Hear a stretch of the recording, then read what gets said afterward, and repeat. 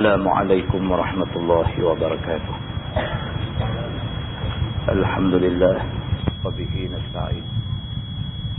أشهد أن لا إله إلا الله وحده لا شريك له، وأشهد أن سيدنا محمدا عبده ورسوله،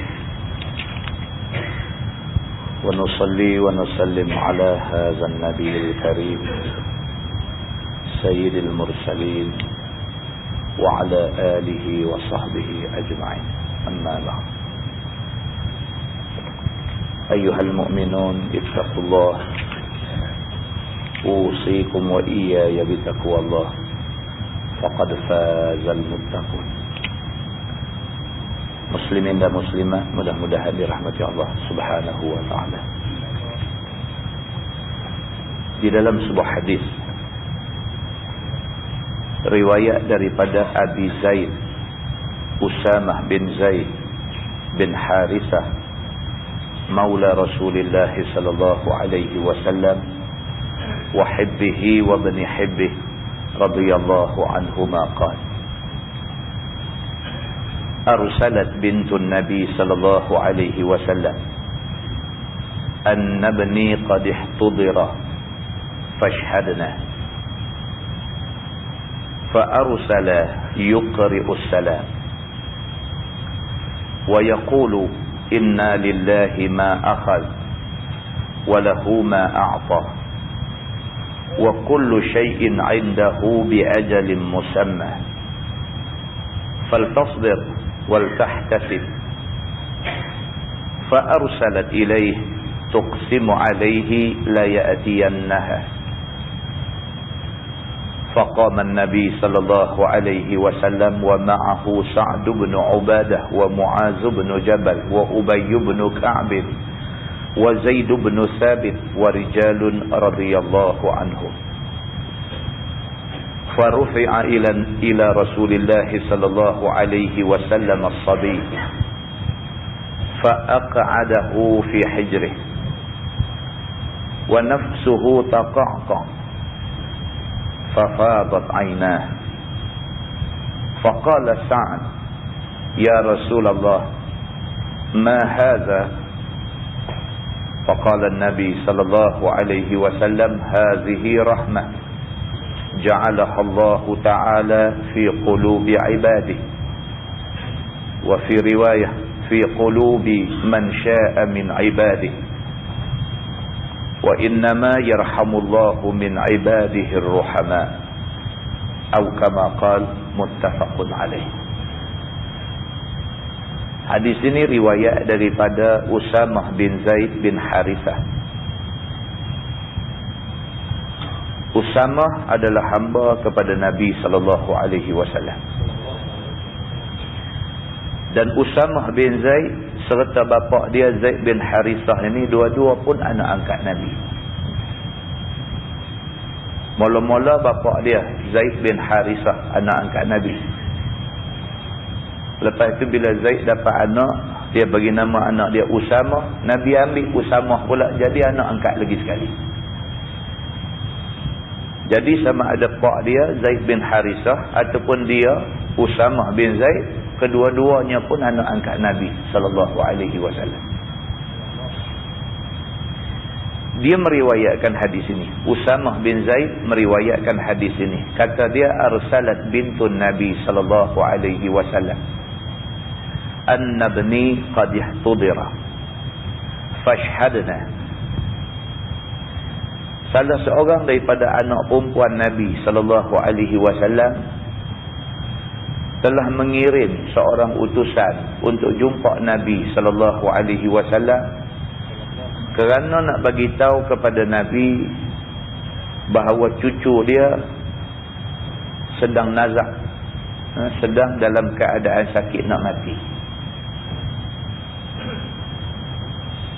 Anak Nabi, anak perempuan Nabi hantar utusan pergi jumpa Nabi di masjid. Nabi duk ada di masjid, duk mengajar sahabat. Anak perempuan Nabi hantar satu orang suruh pergi jumpa Nabi, jumpa bapa dia, bagi tahu dekat Nabi, bagi tahu dekat bapa dia, kata cucu tengah sakit tenat. fa arsala yuqri'u salam wa yaqul inna lillahi ma akhadh wa lahu ma a'ta wa kullu shay'in 'indahu bi ajalin musamma faltasbir wal tahtasib. Nabi SAW bila utusan ni mai jumpa Nabi di masjid, utusan ni bagi tahu, utusan ni kata, ya Rasulullah, cucu kamu sedang sakit tenat. Nabi SAW dia hantar balik satu utusan lain pergi dekat anak perempuan dia, yuqri'us salam. Nabi kirim salam. Nabi kata kat utusan ni, balik pergi jumpa anak aku, bagi tahu kat dia aku kirim salam. Inna lillahi ma akhadha wa lahu ma a'ta wa kullu shay'in 'indahu bi ajalin musamma. Nabi kata pi habaq dekat anak aku, sesungguhnya hak Tuhan bagi kat kita ataupun hak Tuhan nak ambil daripada kita, semua hak dia. Pi habaq dekat anak aku bahawa apa juga yang ada ke kita hari ni, hak Tuhan, kalau Tuhan ambil, hak dia. Tak ada satu benda yang kekal hak kita. Apa hak ada kat kita lah ni, hak Tuhan. Satu hari Tuhan ambil. Tuhan ambil itu bukan ambil hak kita. Tuhan ambil hak dia. Dia habaq kat anak aku macam tu. Nabi kata. Wa kullu shay'in 'indahu bi ajalin musamma. Fi habaq dekat anak aku, semua benda ada dekat kita lah ni ada tempoh ajal dia. Ada tempoh masa dia. Hari ni nampak macam ada kat kita, makna Tuhan bagi pinjam kat kita. Sampai masa Tuhan ambil balik benda dia bagi pinjam kat kita. Fi habaq kat anak aku macam tu. Fal tasbir wal tahtasib. Fi habaq dekat anak aku, suruh dia sabar dan suruh dia harap keredaan Tuhan. Tuan-tuan, Nabi SAW, Nabi macam tu. Nabi SAW dia boleh buat kering hati. Dia boleh buat kering hati. Cucu tengah sakit tenat, maka anak hantar satu orang mai jumpa Nabi, habaq dekat Nabi, kata cucu tengah tenat, minta Nabi pergi tengok. Nabi tak pergi tengok, sebaliknya dia kirim salam. Lepas tu dia suruh pula satu orang pergi habaq dekat anak dia, bahawa apa juga benda yang ada kat kita tak akan kekal dengan kita. Sebaliknya akan sampai masa Tuhan ambil balik, kerana semua benda ni hak Tuhan belaka. Kita dikehendaki bersabar, harap keredaan Tuhan. Itu saja.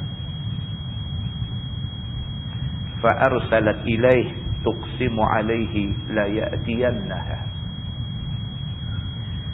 Anak Nabi SAW ni tak boleh. Dia hantar pula satu utusan lagi pergi jumpa Nabi, merayu kepada Nabi SAW, minta juga mai tengok cucu tengah nazak, tengah tenat. Dia terima pesan Nabi, pesan bapa dia tadi, tapi dia tak sampai hatilah. Dia nak kalau boleh anak dia, cucu Nabi, kalau boleh biar mati, Nabi tu ada. Dia hantar utusan pergi seorang lagi, dia kata pergi merayu dekat Nabi, dekat bapa aku ni, pergi merayu, minta lah dia mai tengok cucu ni. Faqama an-Nabi sallallahu alaihi wasallam wa ma'ahu Sa'd bin Ubadah wa Mu'az bin Jabal wa Ubay bin Ka'b wa Zaid bin Thabit wa rijalun radhiyallahu anhu. Nabi pun bila dua kali turun, Nabi bangkit. Bangkit nak pergi lah. Bersama dengan Nabi ini beberapa orang sahabat. Di antaranya Sa'ad bin Ubadah. Di antaranya Mu'az bin Jabal. Di antara dia Ubay bin Ka'ab. Di antara dia Zaid bin Thabit. Dan beberapa orang lagi sahabat-sahabat Nabi ridwanullah alaihim ajma'in. Pakat bangkit. Bila Nabi bangkit nak pergi, pakat bangkit ikut Nabi pergi sama-sama. Farufi'a ila Rasulillah sallallahu alaihi wasallam as-sabi. Bila Nabi sampai, depa angkat ni budak kecil cucu Nabi ni, angkat bagi ke Nabi. Fa aq'adahu fi hijrih. Nabi pun ambil letak atas reba ni. Nabi ambil cucu ni buah atas reba. Wa nafsuhu taqaqa. Ketika itu cucu Nabi ini dalam keadaan nafas berubah, nampak penat nak mati. Fafadat ainah, Nabi menangis. Bila dia balik pergi, orang ambil cucu dia, buah atas reba dia tengok keadaan cucu nak duk menafas penat dalam keadaan nazak nak mati ni. Nabi ambil cucu buah atas reba dia, fafadat ainahu, meleleh air mata Nabi. Faqala Sa'ad bin Ubadah, sahabat yang ikut sama balik dengan Nabi tadi, bila dia tengok Nabi menangis, dia kata, ya Rasulullah, ma hadza. Dia kata, ya Rasulullah, ni apa ni? Air mata ada keluar ni apa ni? Dia kata. Faqala Nabi sallallahu alaihi wasallam, hazihi rahmah. Nabi kata, inilah rahmat ataupun belas kasihan. Nabi kata, ja'alahallahu ta'ala fi qulubi ibadi. Rahmat ini Allah jadikan ke dalam hati hamba-hamba dia. Orang yang ada rasa belah, ada rasa kesian, tengok orang miskin, tengok orang sakit, tengok orang susah, tengok orang kena zalim, tengok dia rasa belah, dia berasa kesian, itu sebenarnya anugerah Tuhan.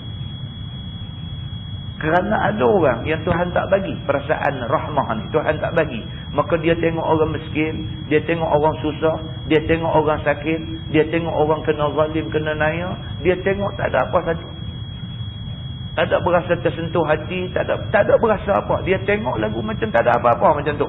Ini orang tidak dapat rahmat daripada Tuhan. Nabi kata, air mata ni rahmah, ja'alahallah fi qulubi ibadi. Tuhan jadikan rasa kesian dalam hati hamba-hamba dia. Dalam satu riwayat lain dia kata, fi qulubi man syaa min ibadi. Allah jadikan rasa kesian dalam hati orang yang dikehendaki daripada hamba-hamba Allah. Maksudnya tak semua. Nabi kata, wa innama yarhamullahu min ibadihi ar-ruhama. Sesungguhnya Allah Subhanahu wa taala akan bagi rahmat kepada hamba-hamba dia yang ada rasa kesian dalam diri. Muslimin dan muslimat yang dirahmati Allah sekalian, hadis itu hadis sahih, muttafaqun alaih. Sepakat ulama mengatakan itu hadis sahih. Muslimin dan muslimat yang dirahmati Allah sekalian. Dalam sebuah hadis lain riwayat daripada Abi Sa'ad bin Malik bin Sinan Al-Khudri radhiyallahu anhuma, kata dia, anna nasan minal ansar sa'alu Rasulullah sallallahu alaihi wasallam fa'a'tahum thumma sa'aluhu fa'a'tahum thumma nafida ma 'indah faqala lahum hina anfaqa kulla shay'in biyadihi ma yakun 'indi min khair falan addakhirahu ankum wa man yasta'fif yu'iffahu Allah wa man yastaghni yughnihi Allah wa man yatasabbar yusabbirhu Allah wa ma u'tiya ahadun ata'a khairan aw awsa'a min as-sabr atau kama qala muttafaqun alaih. Seorang sahabat Nabi yang bernama Abu Sa'id ataupun Sa'ad bin Malik bin Sinan Al-Khudri,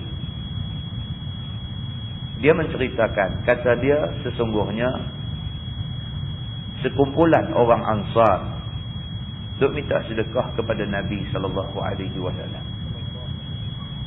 Orang Ansar ni orang Madinah. Orang Madinah pun ada yang susah, ada yang miskin. Maka orang-orang Ansar, orang-orang Madinah yang miskin ni pergi jumpa Nabi. Jumpa Nabi sallallahu alaihi wasallam, minta bantuan, minta sedekah, minta tolong daripada Nabi sallallahu alaihi wasallam. Fa'a'tahum. Nabi ni jenis kalau orang minta tak boleh, tak bagi. Dia kok mana pun bagi. Ada banyak boleh banyak sikit, kalau ada sikit bagi sikit. Bila orang-orang miskin daripada kalangan Ansar pergi minta kepada Nabi sallallahu alaihi wasallam, fa'a'tahum, Nabi bagi dekat mana ada. Summa sa'aluhu. Tak lama lepas tu mai minta pula. Fa'a'tahum, Nabi bagi lagi. Hatta nafida ma 'indah, sehinggalah habis apa ada ke Nabi habis. Duit pun habis, makanan kalau ada pun habis, orang main minta bagi. Ni yang kata Nabi sallallahu alaihi wasallam, macam tu keadaan dia. Bila dah habis dah benda yang ada di tangan Nabi sallallahu alaihi wasallam ni, Nabi kata dekat depa ni. Nabi kata, "Ma yakun 'indi min khair falan addakhirahu 'ankum."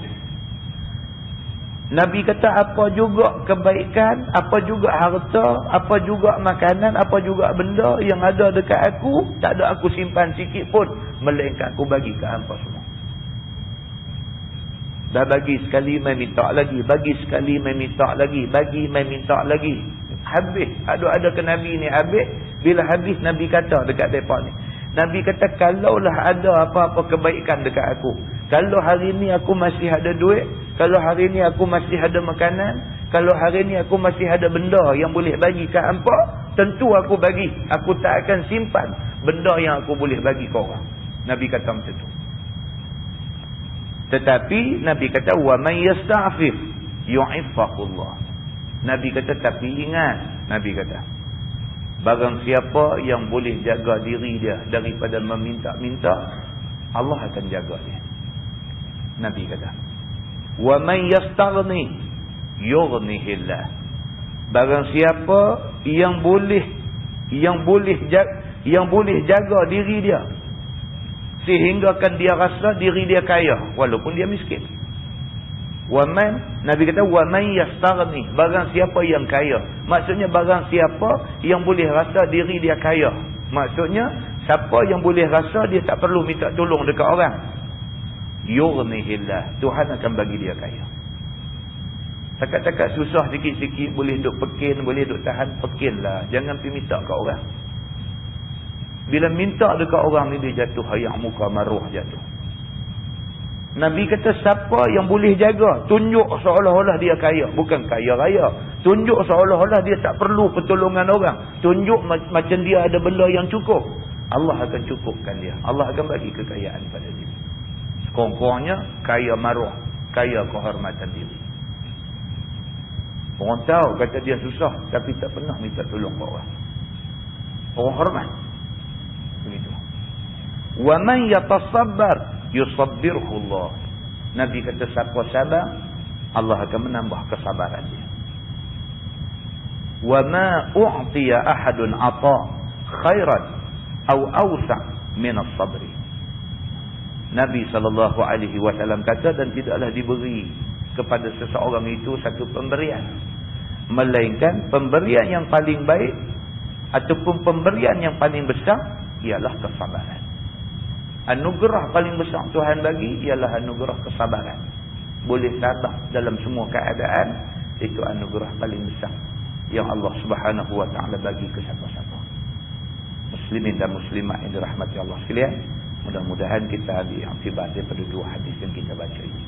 Kesimpulan daripada dua hadis ni ialah, yang pertama, kita kena sabar dengan apa juga takdir Tuhan dekat kita. Kalau Allah takdirkan kita senang, sabar dengan kesenangan itu. Jangan sampai senang merosakkan kita. Kalau Allah takdirkan kita jadi susah, sabar dengan kesusahan itu. Jangan sampai susah itu membinasakan kita. Apapun, sabar adalah anugerah besar yang Allah Subhanahu wa taala bagi kepada mana-mana manusia. Mudah-mudahan Allah bagi petunjuk kepada kita dengan hadis yang kita baca tadi. Kita menggunakan tafsir Nurul Ihsan jilid 3. Tafsir Nurul Ihsan jilid 3, muka surat 133. Muka surat 133, kita masih lagi berada pada tafsir Suratul Nur Madaniyah. Surah An-Nur yang diturunkan di Madinah. Muka surat 133, kita masuk ayat 47. A'udzubillahi minasyaitonirrajim. Wa yaquluna amanna billahi wa birrasul. Dan kata mereka itu, yakni segala munafiqun itu, amanna billah wa birrasul, telah beriman kami dengan Allah dan dengan Rasul. Dia nak cerita dekat kita malam ni, beza antara sifat orang munafik dan sifat orang yang mukmin dengan Allah. Orang munafik ni Tuhan kata dia sentiasa mulut duk sebut beriman dengan Allah, dengan Rasul, tetapi perbuatan menyalahi ucapan. Mulut ni bila masa pun duk bercakap amanna billahi wa bir rasul, kami beriman dengan Allah, kami beriman dengan Rasul. Wa ata'na, dan kami taat segala hukum Allah dan Rasul. Ini orang munafik. Kami bukan setakat beriman, terima kata Allah Tuhan kami, Nabi Muhammad Rasul kami, bahkan semua hukum yang Tuhan kata dalam Quran, yang Nabi habaq dalam hadis, kami terima semua. Mengakunya begitu. Summa yatawalla fariqum minhum min ba'di zalika wa ma ulaika bil mu'minin. Kemudian berpaling satu firqah daripada mereka itu, daripada demikian itu, yakni hukum itu, dan tiada segala mereka itu, yakni yang berpaling itu, dengan beriman sekalian, yakni yang muwafaqah hati bagi lidah mereka itu. Allah Subhanahu wa taala kata, lepas pada mengaku beriman, lepas ucap di mulut kata beriman, sebaik-baik saja mengaku tu, terus perbuatan menunjukkan tidak beriman. Kan? Oh, kita hari ni bersopa, kita semayang kan, Allahu Akbar, doa iftitah, Allahu Akbar kabira walhamdulillahi katsira, baca apabila sekali inna salati wa nusuki wa mahyaya wa mamati lillahi rabbil alamin. Mengaku dalam semayang depan Allah, mengaku sembahyang aku, ibadat aku, hidup aku, mati aku, semua sekali lillahi rabbil alamin, semata-mata kerana Allah, tak ada kerana benda lain. Habis semayang, bagi salam, baca doa sikit, turun pakai kasut, dah jadi lain hidup kita. Dah jadi lain hidup kita, tidak lagi kerana Allah Subhanahu wa taala, dia duk main macam-macam kerana lain duk main. Maka tidakkah itu menunjukkan sifat munafik? Bercakap masa semayang tadi beriman sungguh dengan Allah Subhanahu wa taala, buat apa pun kerana Allah. Habis semayang turun saruk kasut, dah jadi macam lain. Macam inilah sifat orang-orang yang kata munafik pada zaman Nabi sallallahu alaihi wasallam. Firman Allah, wa idza du'u ila Allahi wa rasulih, dan apabila diseru mereka kepada hukum Allah dan Rasulnya, yakni yang menyampai hukum daripadanya, liyahkuma bainahum, supaya menghukum ia, yakni Rasul, antara mereka itu, idza fariqum minhum mu'ridun, tiba-tiba satu firqah, satu kumpulan daripada mereka itu berpaling sekalian daripada datang kepada Rasul. Habis-habis mengaku tu, mai ayat Quran, mai Nabi panggil suruh ikut ayat Quran dan ikut apa yang Nabi kata, sebahagian tak mau ikut. Ayat Quran yang ada 30 juzuk, ada 6,000 ayat lebih ni, bahagi sama banyak, setengah ikut, setengah tak mau ikut. Maka perbuatan tidak mau ikut ayat-ayat Allah Subhanahu wa taala itu mu'ridun, itu perbuatan orang-orang yang berpaling daripada nak turut perintah Allah Subhanahu wa taala, maka depa ni munafik. Tuhan kata, wa in yakul lahumul haqq ya'tu ilaihi muzni'in, dan jika ada bagi mereka itu sebenar iman, kalau betul-betul depa ni beriman, nescaya datang mereka itu kepadanya, yakni kepada Rasul, dengan segera. Kalau beriman sungguh, tak cakap banyak dah. Quran kata apa? Iya dah. Nabi kata apa? Iya dah. Tapi oleh kerana tak sungguh-sungguh beriman, dia nak kelah lagi. Dia nak kelah lagi. Hak mana nak ikut, hak mana tak mau ikut. Dia jadi macam tu. Firman Allah, afi qulubihim maradun am irtabu am yakhafuna an yahifallahu alaihim wa rasuluh.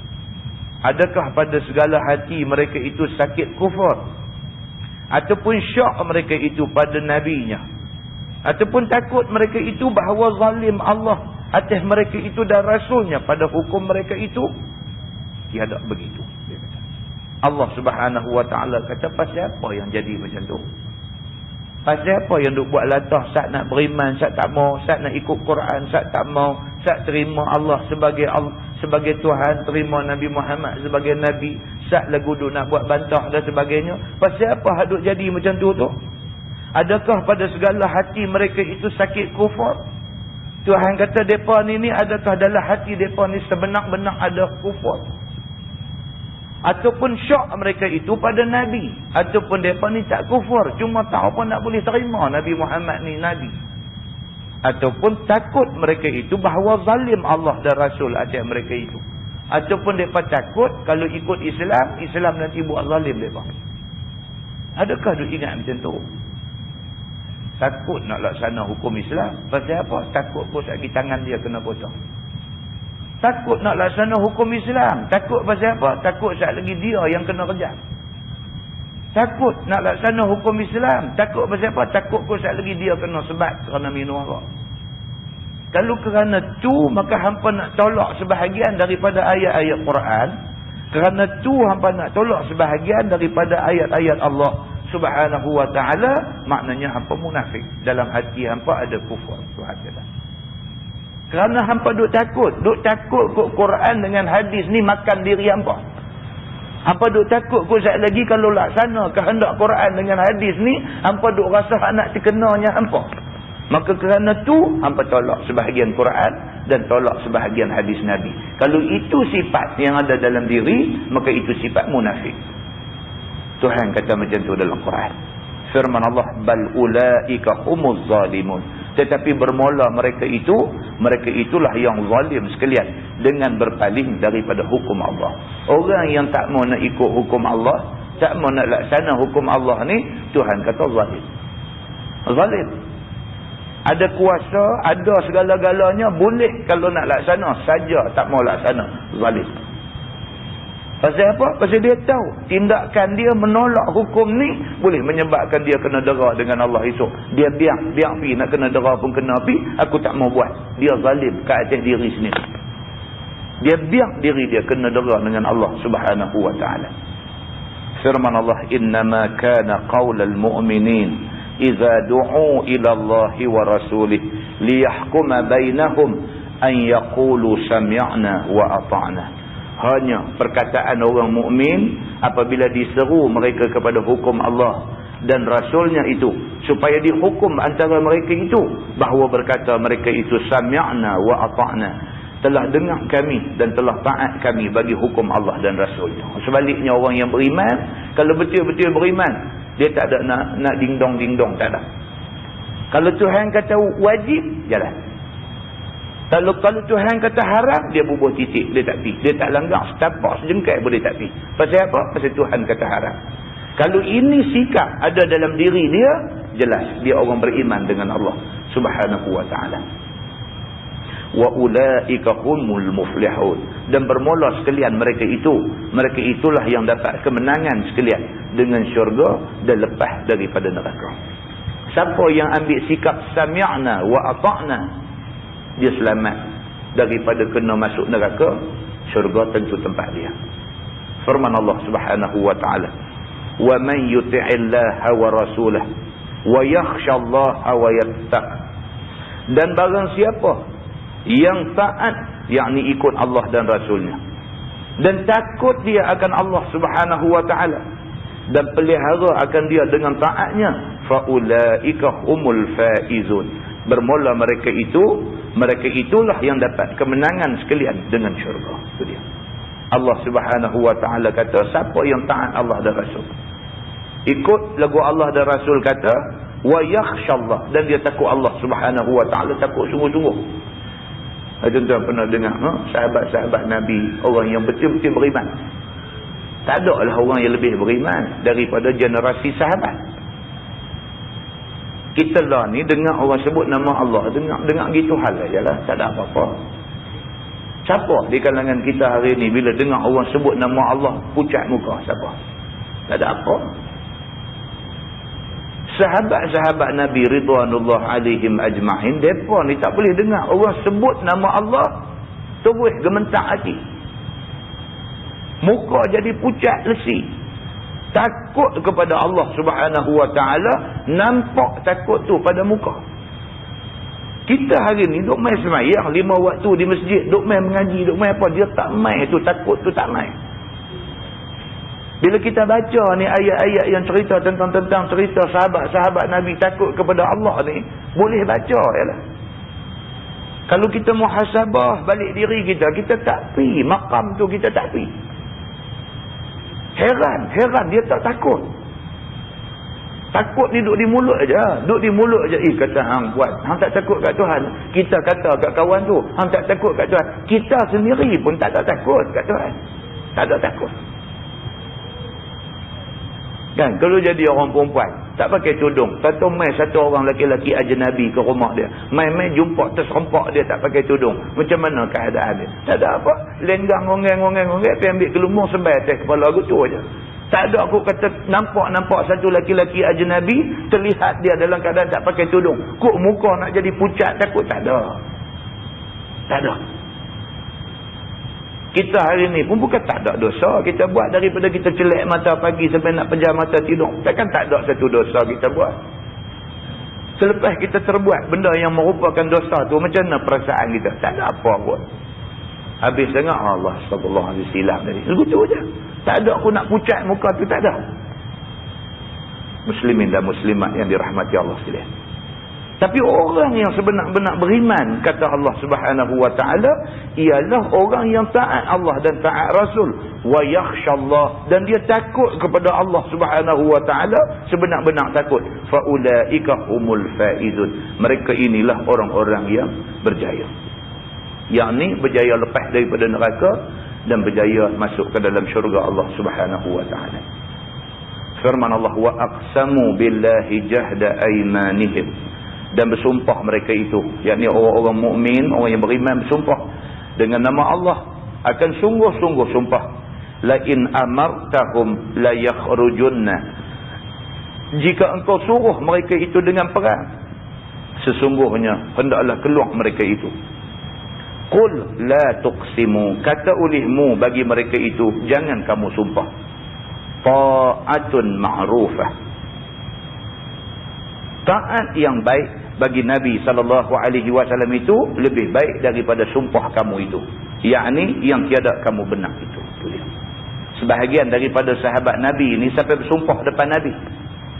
Sumpah depan Nabi sungguh-sungguh, ya Rasulullah, wallahi demi Allah, kalau sekiranya mai panggilan perang, kami orang yang mula-mula akan duduk di depan waktu perang ni. Sebahagian sahabat Nabi pergi sumpah depan Nabi macam tu. Allah turun ayat dekat Nabi, qul la tuqsimu, wahai Muhammad, pi kata dekat depa hadu bersumpah ni, la tuqsimu, tak payahlah sampai sumpah-sumpah. Ta'atun ma'rufah, taat lebih baik daripada kamu sumpah yang kemudiannya kamu tak tunai sumpah kamu itu. Nak buat baik ni tak payah janji-janji, tak payah sumpah-sumpah, buat aja.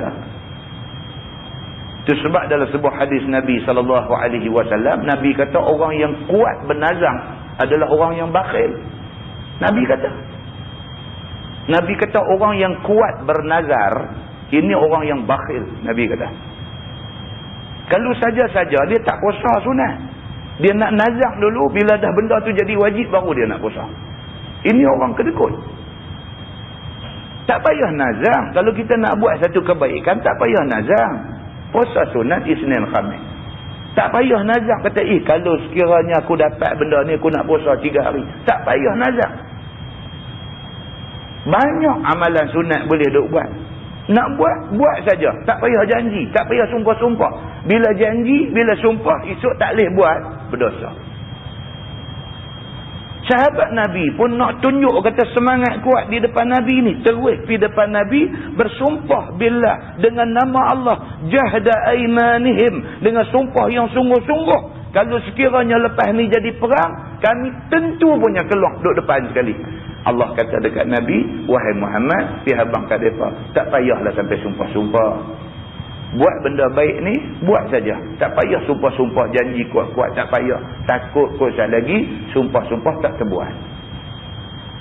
Muslimin dan muslimat yang dirahmati Allah sekalian. Firman Allah, innallaha khabirum bima ta'malun. Bahwasanya Allah Ta'ala amat tahu dengan barang yang kamu buat. Daripada taat, perkataan, tetapi menyalahi pada perbuatan. Itu dia. Tuhan tahu. Bercakap ni siapa pun boleh bercakap, tuan-tuan. Bercakap ni siapa pun boleh bercakap. Nak bercakap tunjuk berani sampai terbalik meja pun boleh. Siapa pun boleh bercakap. Tapi Allah Subhanahu wa ta'ala sahaja Tuhan yang tahu hati dia betul-betul waktu bercakap tu ikhlas ke tak, Allah yang tahu. Maka Allah Subhanahu wa ta'ala kata innallaha khabirum bima ta'malun. Allah Maha mengetahui apa juga yang kamu buat. Muslimin dan muslimat yang dirahmati Allah sekalian. Firman Allah, qul atii'ullaha wa atii'ur rasul. Kata olehmu wahai Muhammad bagi mereka itu, taat oleh kamu akan Allah dan taat oleh kamu akan Rasul pada suruh dan tegahnya. Allah suruh Nabi pergi hamak elok dekat orang Islam. Tak payah janji-janji, tak payah sumpah-sumpah. Elok-elok pergi hamak dekat mereka, ati'ullah wa ati'ur Rasul. Hampa taat kepada Allah, taat kepada Rasul. Yang tu aja pergi buat. Fa in tawallau, maka jika berpaling mereka daripada taat Allah dan Rasul, fa innama alaihi ma hummila alaikum ma hummila wa alaikum ma hummiltu. Maka hanya sahaja atasnya, yakni atas Nabi SAW itu barang yang ditanggung daripada menyampai risalah sahaja, dan ke atas kamulah barang yang ditanggung kamu daripada taatnya. Allah Subhanahu wa ta'ala kata sesungguhnya Nabi kerja dia mengajak manusia ke jalan benar. Nabi ajak aja, tanggungjawab Nabi selesai. Maka menjadi tanggungjawab orang yang dengar ajakan Nabi itu untuk taat kepada Nabi. Nabi tidak akan dipertanggungjawabkan di atas engkar orang yang dengar seruan Nabi. Nabi tak salah. Nabi mai satu tempat tu ada 10 pintu rumah. Nabi bercakap, Nabi dakwah dengan dakwah yang disuruh oleh Allah Subhanahu wa ta'ala. Satu pintu rumah aja ikut seruan Nabi. Nabi tak dipersalahkan kerana 9 pintu tak ikut. Nabi tak salah. Sebaliknya kerja Nabi dah selesai dah. Allah suruh Nabi pergi seru orang, Nabi dah pergi seru orang. Satu pintu ikut, satu pintu selamat, 9 pintu tak selamat. 9 pintu tak ikut bukan salah Nabi, tapi salah orang yang duduk di dalam 9 pintu rumah itu. Muslimin dan muslimat yang dirahmati Allah sekalian. Wa in tuti'uhu tahtadu. Dan jika kamu taat akan dia, yakni akan Nabi itu, nescaya kamu dapat hidayah jalan agama Allah yang sebenar. Kalau kamu ikut Nabi, kamu betul. Nabi tak ada untung apa. Nabi SAW disuruh orang, kalau orang ikut Nabi bukan ada untung apa, tak ada untung apa. Yang untungnya ialah orang yang buat keputusan nak ikut Nabi. Orang ni yang dapat untung. Firman Allah, wa ma 'alar rasuli illa al-balaghul mubin. Dan tiada atas rasul itu melainkan menyampai hukum Allah yang nyata sahaja, tiada lainnya. Kerja Nabi disampaikan apa yang Allah suruh sampai. Bukan kerja Nabi nak bagi hidayah kepada orang yang duk dengar. Tak ada. Bukan kerja Nabi. Kerja Nabi dia bagi tahu kebenaran. Kalau orang tak mau ikut, itu luar daripada kerja Nabi. Dan bukan kerja Nabi nak ubah manusia, nak bagi hidayah petunjuk dekat manusia, itu bukan kerja Nabi. Firman Allah, wa'adallahu allazina amanu minkum wa 'amilus salihat la yastakhlifannahum fil ard kama istakhlafal ladzina min qablihim. Telah janji Allah akan segala orang yang beriman daripada kamu dan orang yang beramal akan amalan yang saleh-saleh itu. Sungguh hendak mengganti mereka itu pada memerintah dalam bumi seperti barang yang mengganti akan segala Bani Israel daripada dahulu mereka itu. Ganti daripada barang yang jabbar. Ini sudah menjadi hukum Allah, sudah menjadi sunnatullah. Bila manusia ada ni tak mau nak buat kerja yang Allah suruh, Allah Subhanahu wa ta'ala suruh jaga agama, Allah suruh sebarkan agama kepada orang. Apabila ada ni tidak mau jaga agama, tidak mau sebar agama, sudah menjadi janji Allah Subhanahu wa ta'ala, Allah akan buat mai satu kaum lain untuk ambil alih kerja tu, dan kaum ada tak mau buat perintah Allah ni akan dibinasakan. Seperti mana kaum sebelum Bani Israel dulu bantah tidak mau turut perintah Allah, maka mereka dihapuskan, Allah wa'amah Bani Israel. Yang dalam Quran dia kata yastabdil qauman ghairakum, Allah akan mengganti satu kaum selain daripada kamu. Kalau kita tunjuk kita tak sayang Islam, satu hari Allah buang kita, dia buat mai satu kaum lain. Kaum yang Allah buat mai itu tak semestinya lebih baik daripada kita, takkan lebih zalim daripada kita. Yang pentingnya kita dah dihukum dengan dibinasakan daripada muka bumi. Tentu tengok apa jadi di Turki. Apabila majoriti rakyat dia memilih untuk tidak mau pertahankan agama, ikut apa nak jadi aja, hancur Turki. Dia hantar mai Kamal Atatürk dengan geng-geng dia. Hari ni tak ada apa di Turki. Nak bangkit balik, nak bawa Islam bangkit balik dalam masyarakat Turki lebih susah daripada nak pertahankan Islam ada dulu ni. Dan kita jatuh sekali, kita nak naik balik lebih susah daripada kita sampai putih orang kecil nak pertahan ni. Lebih susah nak buat mai balik tu, lebih susah. Muslimin dan muslimat yang dirahmati Allah sekalian. Firman Allah, wala yumakkinanna lahum dinahum allazi irtada lahum. Dan sungguh hendak menetap ia, yakni Allah, bagi mereka akan agama mereka itu. Allah Subhanahu wa taala memang nak supaya Islam tetap ada di situ. Yang redha Allah daripadanya iaitu agama Islam. Dengan dizahirkan dizahirkan Islam itu atas sekalian agama-agama. Allah Subhanahu wa taala memang mau Islam ada di seluruh dunia. Allah mau. Tapi Allah nak orang Islam pertahankan Islam yang dah ada ni. Mana pula Allah tak mau Islam ni agama Allah. Huwallazi arsala rasulahu bil huda wa dinil haq liyuzhirahu 'ala ad-din kullih. Dia kata. Allah Subhanahu wa taala hantar nabi dengan agama yang benar. Liyuzhirahu 'ala ad-din kullih. Tujuannya ialah Allah nak zahirkan Islam ke atas agama lain seluruhnya. Allah hantar nabi buat mai Islam dekat kita. Allah nak Islam itu zahir ke atas agama lain. Islam itu menjadi agama yang dihormati oleh semua bangsa. Allah nak macam tu. Tetapi oleh kerana umat manusia, hamba Allah, tak jaga Islam yang mulia yang Allah buat turun ni, kerana mereka tak jaga, akhirnya lingkup Islam ada di atas muka bumi. Muslimin dan muslimat yang dirahmati Allah sekalian. Dan luah bagi mereka itu negeri-negeri kafir jadi Islam. Allah Subhanahu wa taala pernah pun tunjuk satu masa dulu Islam daripada tak ada. Bangkit Nabi Muhammad sallallahu alaihi wasallam, dia seorang aja bawa Islam. Bila dia terima wahyu Iqra bismi rabbikal ladzi khalaq, bila terima wahyu tu Nabi seorang aja bawa Islam. Balik habaq dekat isteri dia Khadijah support Nabi, baru 2 orang. Melalui Khadijah dibawa jumpa orang tua orang ni, baru dapat Sayyidina Abu Bakar, baru dapat beberapa orang sahabat, baru dapat Sayyidina Ali, baru berkembang jadi belah-belah orang. Islam daripada Nabi seorang sampai jadi Nabi dengan isteri Nabi Khadijah, sampai dapat berapa belah orang tu, Islam tu duk bawa, duk tatang, duk bawa, bukan senang. Pun begitu berjaya. Nabi SAW bawa Islam, berjaya. Yang akhirnya pindah ke Madinah, di sana support kuat ada. Orang sokong cukup kuat di Madinah. Sehingga boleh form satu kerajaan di Madinah, patah balik ke Mekah. Tak tumpah darah walau setitik pun. Orang tunduk kepada kekuatan Islam yang dibina oleh Nabi SAW dengan bantuan Allah Subhanahu wa taala. Macam mana kita lah ni duk kata kita sikit, kita tak cukup tenaga, kita tak lebat, tak boleh. Sebab Nabi SAW daripada seorang bawa Islam sampai hari ni, bukan kata di Malaysia, bukan kata di negeri Arab, di China, di India, di mana hala tempat no, ada orang Islam.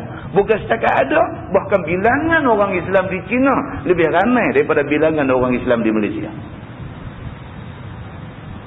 Muslimin dan muslimat yang dirahmati Allah sekalian. Dia kata, dan luah bagi mereka itu negeri-negeri kafir jadi Islam.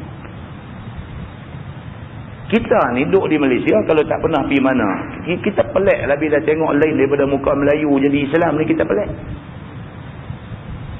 Kita tengok muka Cina Islam, rasa pelik. Kita tengok muka orang India Islam, kita rasa pelik. Kita duk berasa lebih Islam ni hak orang Melayu, duk berasa lebih tu. Dah cuba keluar pergi negeri lain saya tengok, pergi tengok berapa ramai orang putih Islam, berapa ramai orang India Islam, berapa ramai orang Cina Islam. Lebih ramai daripada bilangan kita Islam di Malaysia. Maknanya Allah Subhanahu Wa Taala kembangkan Islam ni sampai ke tempat yang otak kita tak sangka kata ada orang Islam, tiba-tiba ada ramai di sana. Firman Allah, wala yubaddilannahum min ba'di khaufihim amna. Dan sungguh hendak tukar akan mereka itu daripada ketakutan masa jahiliah jadi aman. Dan sungguh telah menunai Allah akan janjinya bagi mereka itu dengan takluk oleh sahabat akan negeri Kaisar dan negeri Kisra. Matahari naik tempat negeri Cina, matahari jatuh negeri Maghribi. Semua sekali jadi Islam. Dan semua sekali jadi Islam. Itu dia. Allah Subhanahu Wa Taala bagi luah Islam ni sampai seluruh pelosok dunia ada orang Islam. Sahabat-sahabat kita yang pergi Mekah, pergi buat haji boleh tengok. Macam-macam rupa manusia duk ada di Mekah tu. Kita duk dengar negeri Soviet Union, Rusia ni, kita duk ingat kot kapiang lah negeri komunis. USSR, kita duk ingat kapiang lah. Pipi Mekah tengok duk je teropong tepi jalan. Kan? Orang Soviet Union, orang Rusia ni pergi Mekah sambil-sambil buat pergi teropong macam-macam jenis teropong. Dia buka kain duk hampang tepi jalan duk je teropong. Nampak polis Saudi mai bungkus-bungkus lari. Kita duk pegang tak ada bayar, tak ada bayar duit. Ada pula kawan bagi petua kata dah dia lari halal dah. Halal mai kok mana barang kawan tu. Kan? Ada kita bukan kita tak bayar duk bagi petua bukan main punya kemas. Nampak macam pengurusi majlis petua punya duk bagi. Dan bukan kita niat tak bayang, kita memang nak bayang. Kita tengah duduk belek, dia lari. Tak lari leguna polis Saudi main nak balu atas belakang, lari je lah. Dia kata tu macam mana halal hang. Orang Rusia no Islam main ke Mekah buat haji. Tak usah kata lah Indonesia apa semua kawasan Asia Tenggara ni, tak usah cakap lah. Demikian Allah Subhanahu Wa Taala jadikan Islam ni melimpah ruah sampai ke segenap penjuru dunia, sampai Islam sampai di China. Berapa ramai orang Islam ada sana. Tonton tengok rencana ada tunjuk dalam TV tu. Rencana ada tunjuk dalam TV. Bukan antara dua darjah. Rencana ni ada cerita tentang Islam di merata dunia ni. Cuba tengok. Dia tunjuk Islam di China. Imam masjid tu hafiz Quran. Lepas tu pula graduate daripada Universiti Madinah. Imam masjid di China tu.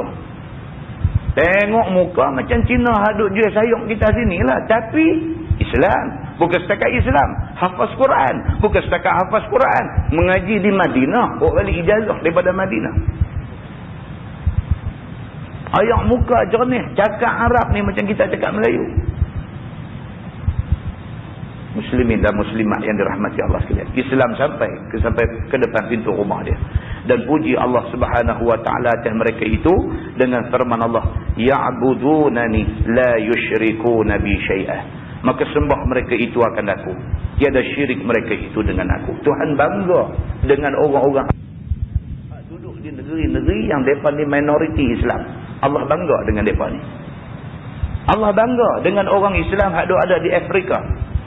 Allah bangga dengan orang Islam yang hidup di Australia. Allah bangga dengan orang Islam yang ada di seluruh ceruk dalam dunia ni. Allah bangga dengan mereka ni. Allah kata ya'budunani la yusyrikuna bi syai'a. Walaupun mereka ni minoriti duduk penjuru alam rata tempat dan sebagainya, ya'budunani, mereka sembah aku. Wal la yusyrikuna bi syai'a. Sikit pun tak berasa nak syirik aku dengan apa satu benda pun. Tuhan kata aku bangga dengan mereka ni. Aku puji mereka. Muslimin dan muslimat yang dirahmati Allah sekalian. Tuan-tuan tahu orang Islam di Singapura buat masjid bukan ada bantuan. Itu saya cakap lah jauh-jauh. Singapura. Orang Islam di Singapura buat masjid tak ada sekupang pun yang kerajaan Singapura bagi bantuan. Masjid berapa punya elok tu, dia ada di Singapura tu, berapa buah masjid besar-besar dia ada di Singapura tu, didirikan dengan duit orang Islam Singapura. yang berjumlah lebih kurang 250,000 orang sahaja. Depa 250,000 orang aja orang Islam di Singapura tu. Buat masjid semua duit depa. Potong gaji tiap-tiap bulan nak buat masjid. Muslimin dan muslimat yang dirahmati Allah sekalian. Tengok macam mana orang Islam bila dia duduk tempat yang dia jadi minoriti, dia jadi kuat. Orang Islam bila duduk di tempat yang dia majoriti, Allahu Akbar, letih tengok. Letih. Semua nak harap orang tolong, orang buat, orang apa, letih tengok. Tengok macam mana orang Islam yang duduk ni negeri yang mereka ni minoriti, mereka buat kerja untuk Islam macam mana. Tengok masjid mereka komplit. Kalau kata AJK masjid ni, kalau dia biro kebajikan, dia ada satu bilik khas untuk biro kebajikan. Kita masuk dalam tu, segala macam benda untuk bantu orang ni duk ada dalam bilik dia. Kalau kata biro penerbitan, kita masuk bilik biro penerbitan. Dalam bilik dia dengan mesin photostat, dengan apa kopi printer, dengan apa semua dalam tu. Seolah-olah satu kelang cetak mini duk ada di masjid tu. Risalah bukan keluar tiap-tiap hari jemaat. Tiap-tiap hari mereka keluar risalah tentang agama. Profesional mereka urus masjid. Hidup Islam. Walaupun mereka hanya ada 250,000 orang sahaja. Islam boleh hidup di sana. Muslimin dan muslimat yang dirahmati Allah sekalian. Firman Allah, وَمَنْ كَفَرَ بَعْدَ ذَلِكَ فَأُولَئِكَ هُمُ الْفَاسِقُونَ. Dan barang siapa yang kufur kemudian daripada demikian itu, maka mereka itu fasik sekaliannya. Yakni kufur ni'mat, bukan kufur agama. Dan mula-mula yang kufur ni'mat ialah segala orang yang bunuh Sayyidina Osman radhiyallahu anhu. Maka jadi mereka itu berbunuh sama Islam, yakni kemudian daripada bersaudara pada agama. Itu dia. Kufur ni'mat. Start dengan kufur ni'mat, dia boleh bawa sampai kepada kufur akidah. Oh, takut. Tak boleh kufur nikmat. Apa juga Tuhan bagi nikmat, Tuhan bagi kat kita. Susah-susah kita di Malaysia ni tak semacam susah orang Islam di setengah negeri lain. Di Kemboja lah ni ramai orang duk turun di Kemboja. Tengok orang Islam di Kemboja. Ya Allah, susah. Susah ni Allah yang mengetahui. Tak tercerita.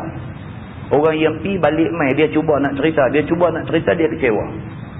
Dia cuba nak cerita, nak bagi kita nampak, dia kecewa. Lala dia kata, Allah macam ni lah. Dia kata, pergi tengok sendiri lah. Dia nak cerita tu tak cukup perkataan, tak cukup ayat nak susun, nak menggambarkan susah orang Islam di Kemboja tu. Tak cukup perkataan. Dia rasa dia duk habaq ni tak mencapai hak dia nak habaq tu. Dia nak habaq susah tu, dia nak biar kita ni masa dia habaq tu macam nampak kesusahan tu. Tapi kita tak nampak, dia fresh. Dia kata, Allah ni lagu ni lah. Pergi sendiri tengok, senang.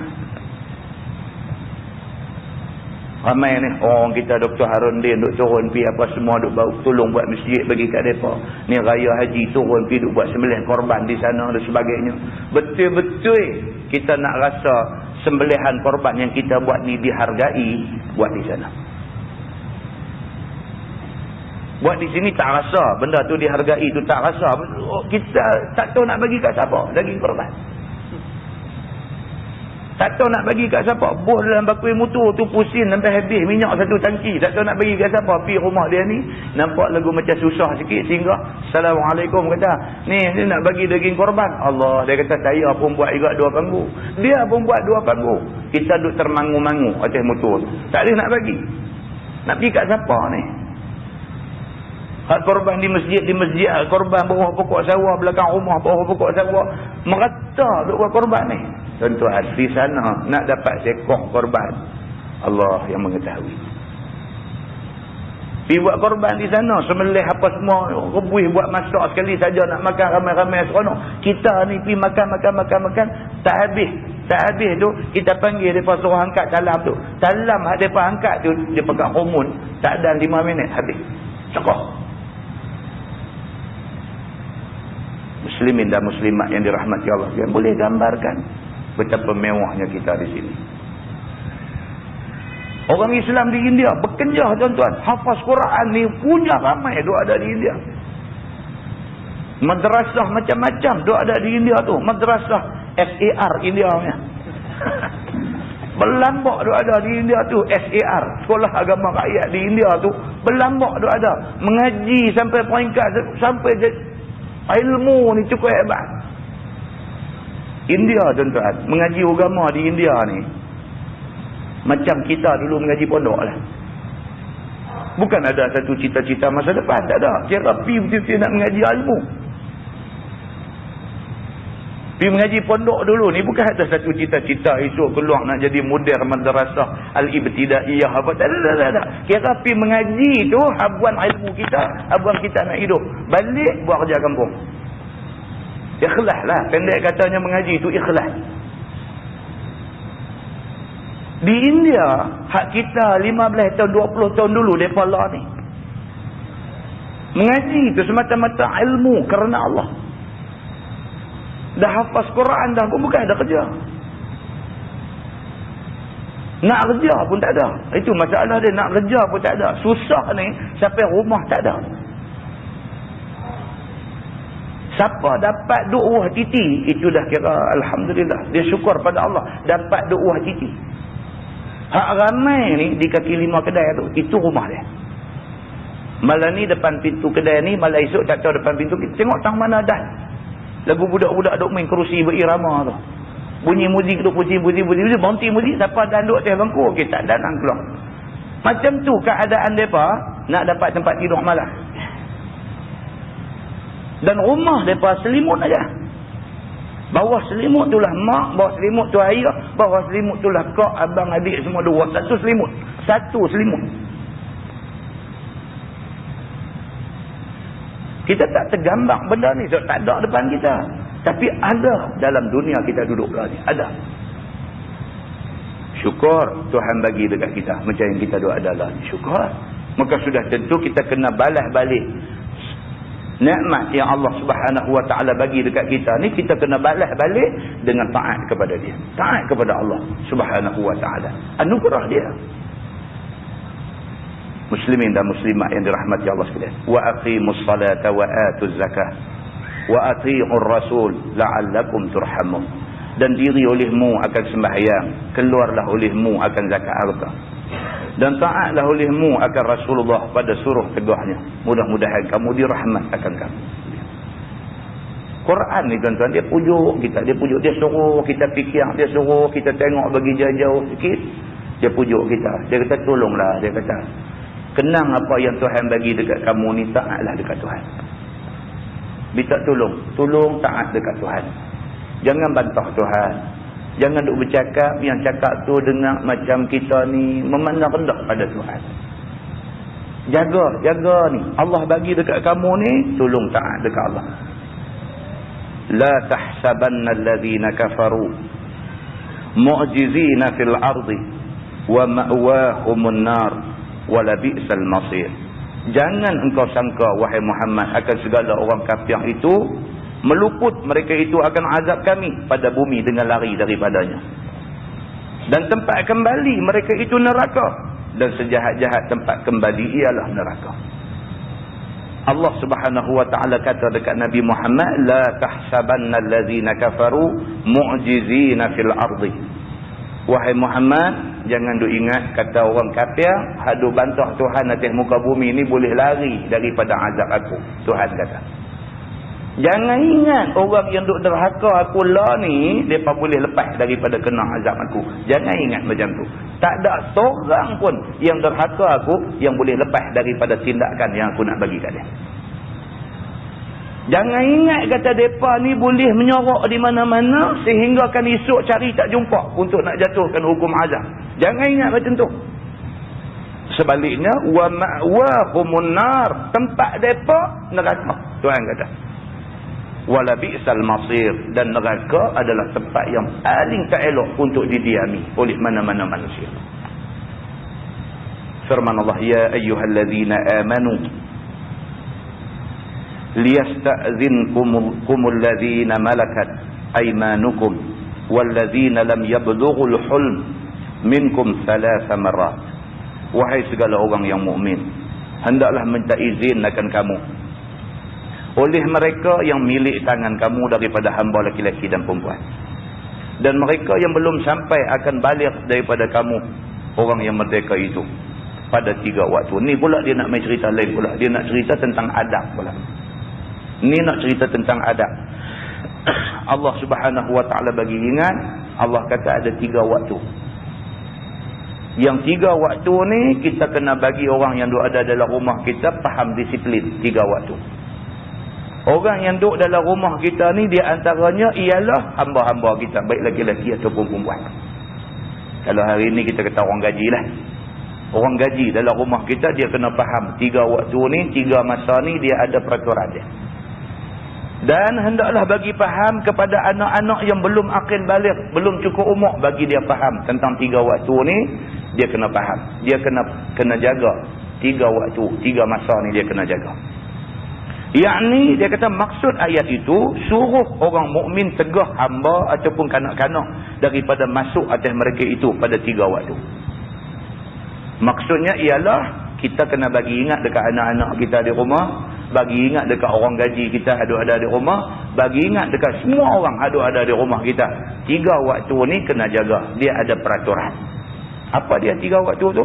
Pertama, min qabli salatil fajri, sebelum sembahyang subuh. Sebelum sembahyang subuh. Kalau anak-anak nak mai bilik kita, jangan mai buka pintu masuk ya. Itu peraturan. Waktu dia bila? Yang pertama, dia kata sebelum sembahyang subuh. Pagi-pagi tu. Kalau anak nak mai bilik kita, walaupun belum akil balik, belum cukup umur, dia ada peraturan. Mai, dia kena ketuk pintu dulu. Tak boleh mai terus buka pintu masuk, ayah dia lompat pergi kain batik aja. Ada celau, tak boleh.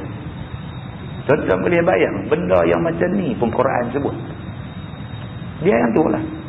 Di benda ni, Quran sebut benda ni. Benda ni kita kata common sense. Common sense. Satu benda yang kalau tak ada dalam Quran pun kita tahu. Tapi Quran bagi tahu. Kalau benda yang common sense, benda yang kita kata kecil ni pun Tuhan sebut, takkan benda besar. Soal ekonomi tak ada dalam Quran. Takkan soal nak mentadbir negara tak ada dalam Quran. Takkan soal pendidikan tak ada dalam Quran. Benda adab hak kecil ni pun Quran sebut. Maknanya Quran ni satu kitab yang merangkumi daripada sebesar-besar benda sampai sekecil-kecil benda. Kalau kita pegang, cukup untuk kita hidup aman di muka bumi ini.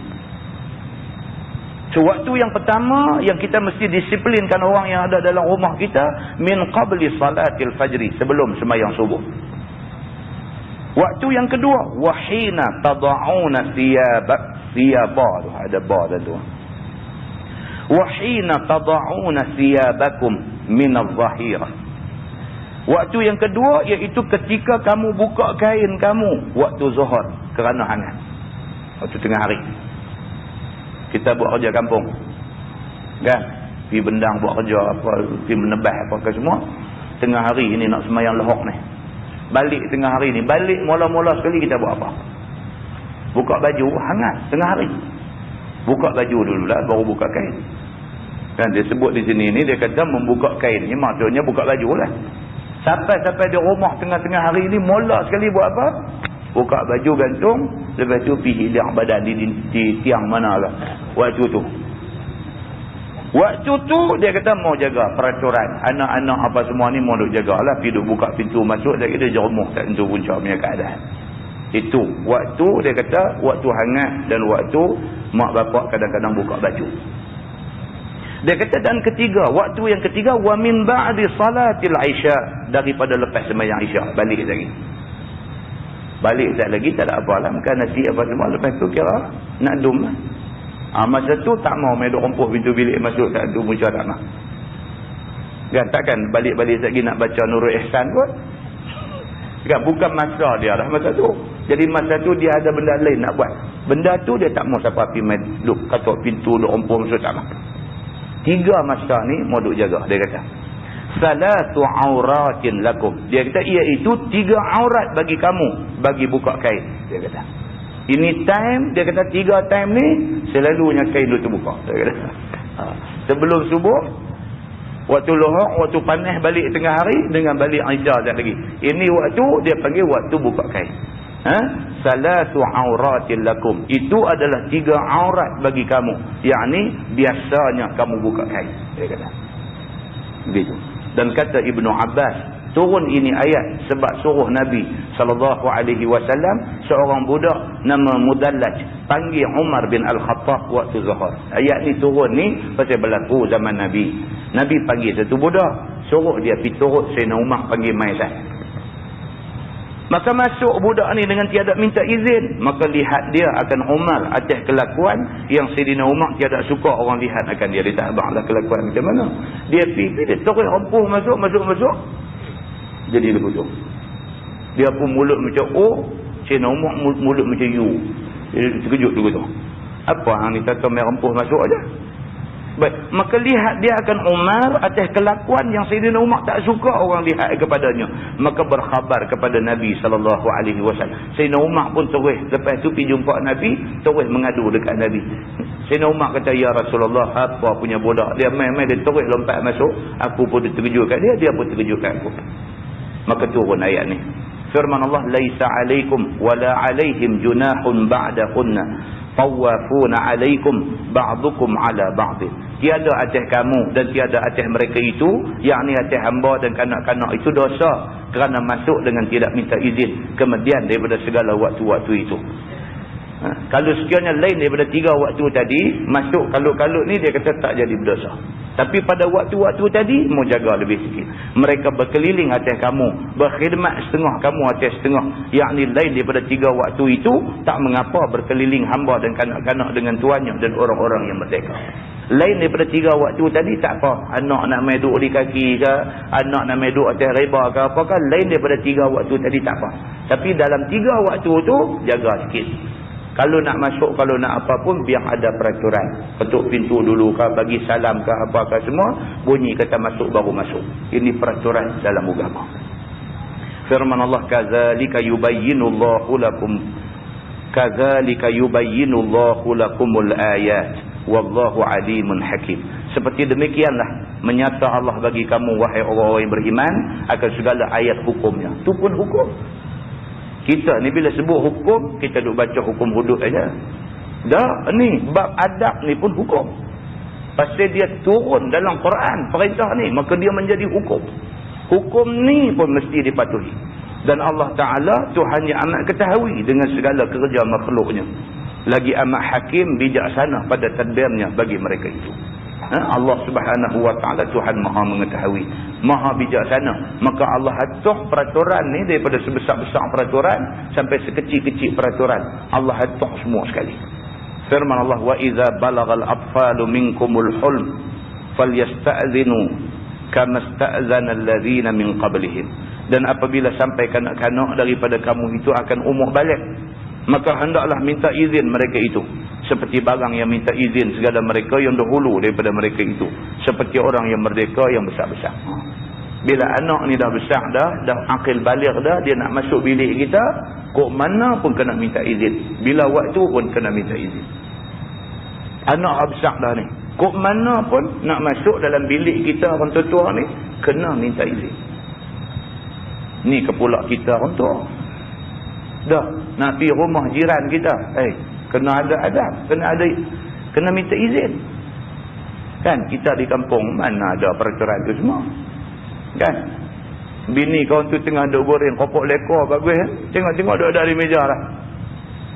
Bancung kopi main cawan punya pun boleh tengok orang sebelah rumah. Bukan adik-beradik, bukan mahram, bukan apa pun. Satu duk ada dah di meja tu. Dia kata bancung main kopi cawan. Terkejut kawan ni. Lari tinggal periuk belanga, lari nak ambil tudung lah apa semua. Turun mai balik, melawak apa lagu tu. Okey, hari ni orang tak reti adab. Dia tak reti adab. Dia duk kira Allah, duk sebelah menyebelah ni dah berpuluh tahun dah daripada zaman Tok Wan dulu kita. Duk berjiran, dia kata apa salahnya? Dia kata rumah hang macam rumah aku. Dia kata rumah aku macam rumah hang, dia buat lagu tu. Dia langgar hukum Tuhan. Kerana ni soal hukum. Hukum Allah. Kalau hukum kecil ni tak boleh jaga, nak jaga hukum besar lagu mana? Rumah tangga kita tak boleh jaga. Kita nak pergi jaga negara macam mana? Itulah kiasan dia. Rumah tangga kita pun porak-poranda tak boleh nak jaga. Nak pergi tadbir negara macam mana? Allah Subhanahu Wa Ta'ala bagi ujian kecil tak boleh berjaya, nak pergi cari ujian besar, nak buat ke mana? Maka hukum Allah ni sama aja. Bila kata benda tu hukum, semua orang kena taat, kena patuh. Boleh taat, boleh patuh daripada sekecil-kecil hukum sampai sebesar-besar hukum. Ini orang mukmin di sisi Allah Subhanahu Wa Ta'ala. Kata dia seperti barang yang minta izin segala mereka yang dahulu daripada mereka itu seperti orang merdeka yang besar-besar. Kadzalika yubayyinullahu lakum ayati wallahu alimun hakim. Seperti yang demikian itulah menyata Allah bagi kamu segala ayat hukumnya, dan Allah Taala tu hanya amat ketahui lagi amat hakim. Sadaqallahul azim. Lepas ni kita masuk wal qawaidu minan nisa'il lati la yarjuna nikahan falaysa 'alaihinna junahun an yad'na thiyabahunna ghaira mutabarrijatin bizina. Lepas ni dia masuk satu yang orang selalu sebut, dia kata tabarruj. Cerita orang perempuan dan juga tabarruj. Dan tabarruj. Dia kata dan bermula segala yang duduk berhenti daripada haid dan beranak sebab tua, daripada segala perempuan yang tidak diharapkan mereka akan nikah lagi sebab sudah tua itu, maka tiada atas mereka itu mengapa buka mereka itu akan kain mereka itu hal tiada menzahir dengan perhiasan seperti marjan dan gelang tangan dan kaki. Yakni harus perempuan tua yang sudah tiada datang haid dan tiada beranak itu buka muka dan dua tapak tangan dengan tiada menghiasi diri. Jangan piduk salah faham pula. Kata, oi kalau dah tua putih haid tak gaduh pakai gelumbung. Ada ni dia baca lagu lain. Ni patut baca bulan depan, tapi takut bulan depan apa kan kita baca dulu sikit hari. Kan? Sekali lagi saya nak baca, tuan-tuan dengar baik-baik. Ayat ni wal qawaidu minan nisa'il lati la yarjuna nikahan falaysa 'alaihinna junahun an yad'na thiyabahunna ghaira mutabarrijatin bizina.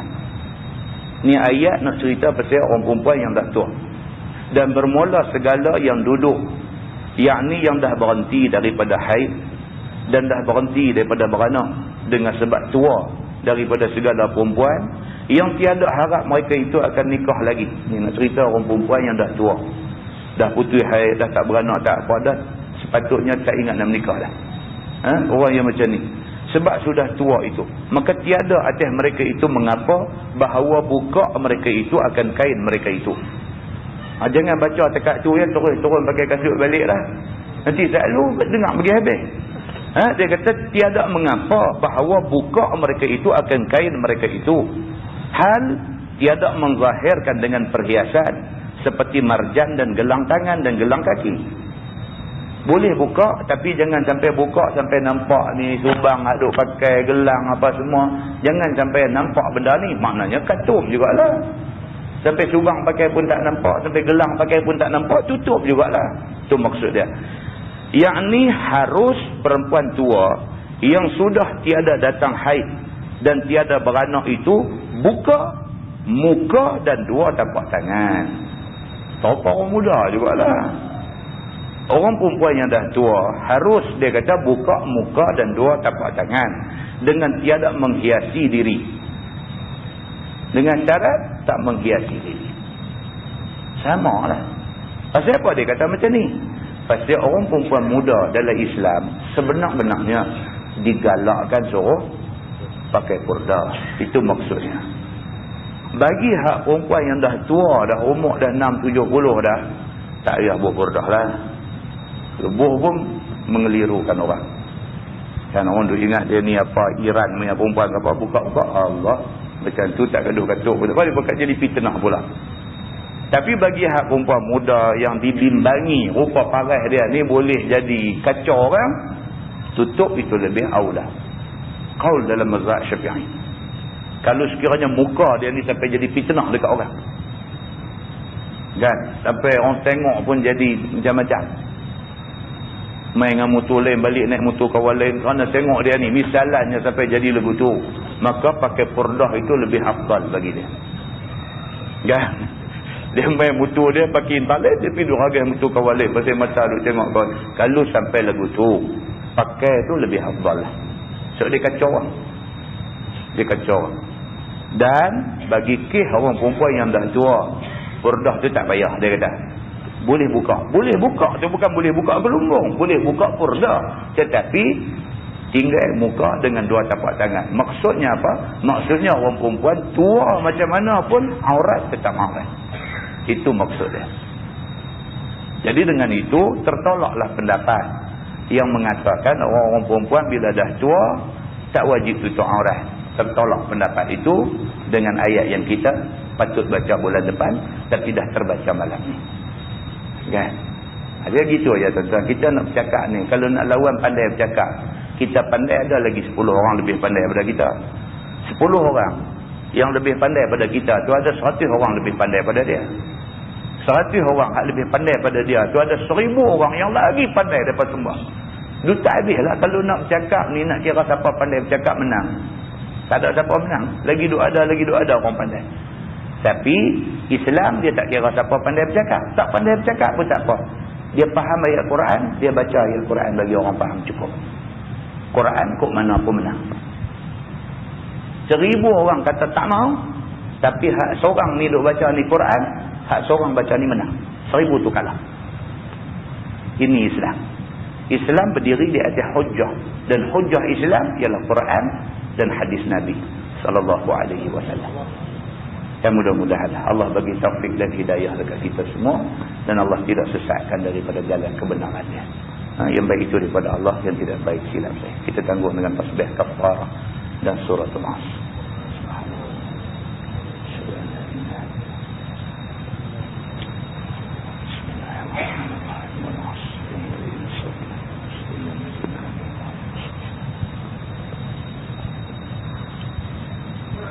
اللهم صل على محمد في الأولين والآخرين وسلم ورضي الله تبارك وتعالى عن سادتنا أصحاب سيدنا رسول الله أجمعين.